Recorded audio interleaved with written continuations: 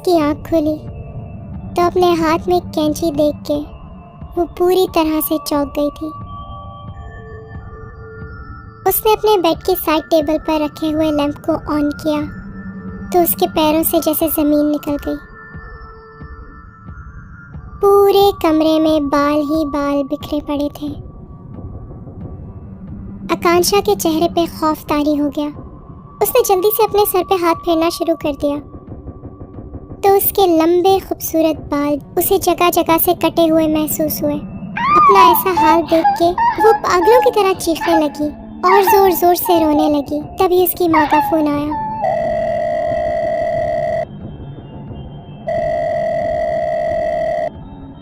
आकांक्षा ने रोते रोते अपनी माँ को सारी बात बताई। पूरी बात सुनकर उसकी माँ ने कहा कि आकांक्षा, ऐसा कुछ नहीं हुआ है, तुम जरूर कोई भयानक ख्वाब देख रही होगी। मेरी मानो तो तुम्हें आराम की सख्त ज़रूरत है, क्योंकि ये सब कुछ तुम्हारे जहन में है, सब तुम्हारी सोच है।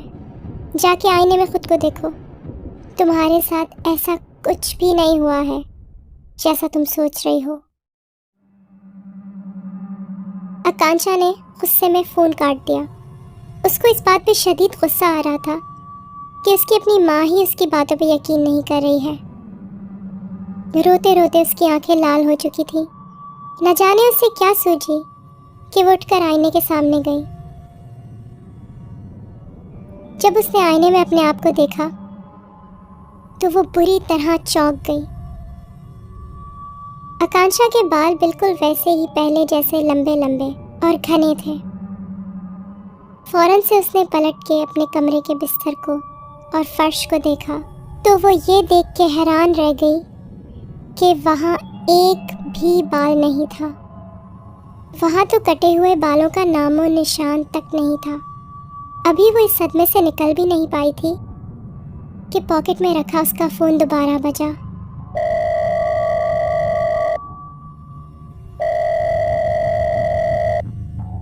इस बार फ़ोन आकांक्षा के डैड का था, जो उसकी आवाज़ सुनते ही समझ गए थे कि कुछ तो है जो सही नहीं है।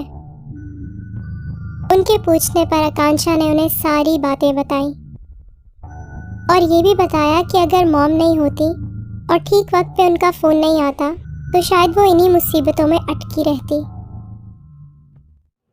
ये सुनते ही आकांक्षा के डैड ने एकदम चीखते हुए गुस्से से आकांक्षा को कहा, आकांक्षा, कितनी बार मैं तुम्हें समझाऊंगा, तुम क्यों नहीं इस चीज को मान लेती कि तुम्हारी माँ मर चुकी है। हाँ, ये अच्छा है कि तुम्हारी माँ हमेशा तुम्हारे साथ है, तुम्हारे ख्यालों में, मगर इस तरह एक मरे हुए इंसान को हकीकत का नाम देना तुम्हें पागल कर देगा। ये तुम्हारी बीमारी बनता जा रहा है। मैं हर दिन तुम्हें इस तरह पागलों की तरह नहीं समझा सकता कि तुम्हारी माँ मर चुकी है, मान लो ये बात। आकांक्षा ने रोते रोते फ़ोन डिस्कनेक्ट किया और उसके बाद अपनी रिसीव्ड कॉल्स की लिस्ट चेक की तो उसमें माँ का कोई नंबर ही नहीं था। अपनी इन्हीं उलझनों में आकांक्षा मज़ीद उलझती चली जा रही थी। जो कुछ भी उसके साथ हो रहा था ये समझने की कोशिश करने लगी, पर लाख कोशिशों के बावजूद भी उसको कुछ समझ नहीं आ रहा था। उसने रात का खाना भी नहीं खाया और भूखे पेट ही सो गई। पूरे कमरे में दोबारा एक अजीब सी आवाज़ गूंजने लगी, जो आकांक्षा अपने कानों में साफ साफ सुन पा रही थी। ये आवाज़ उसके फ्लैट के सेकंड बेडरूम से आ रही थी। आवाज़ बढ़ती जा रही थी। आकांक्षा ने हिम्मत की और उठ के दूसरे कमरे की तरफ गई।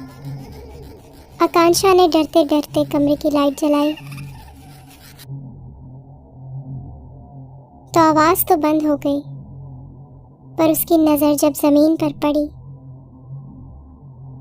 तो उसने ज़मीन पर दो परछाइयाँ देखी। वो डर के मारे भागते हुए अपने कमरे में गई और अभी उसने अपने कमरे का दरवाजा बंद किया ही था कि पॉकेट में रखा उसका फोन बज उठा।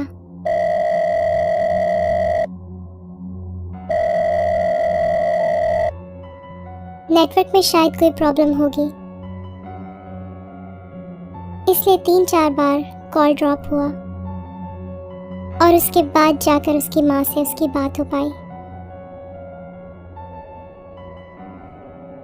आकांक्षा ने रोते रोते अपने साथ हुई सारी बात अपनी माँ को बताई, जिसे सुनकर माँ ने कहा कि आकांक्षा, इसमें इतना घबराने की कोई बात नहीं है।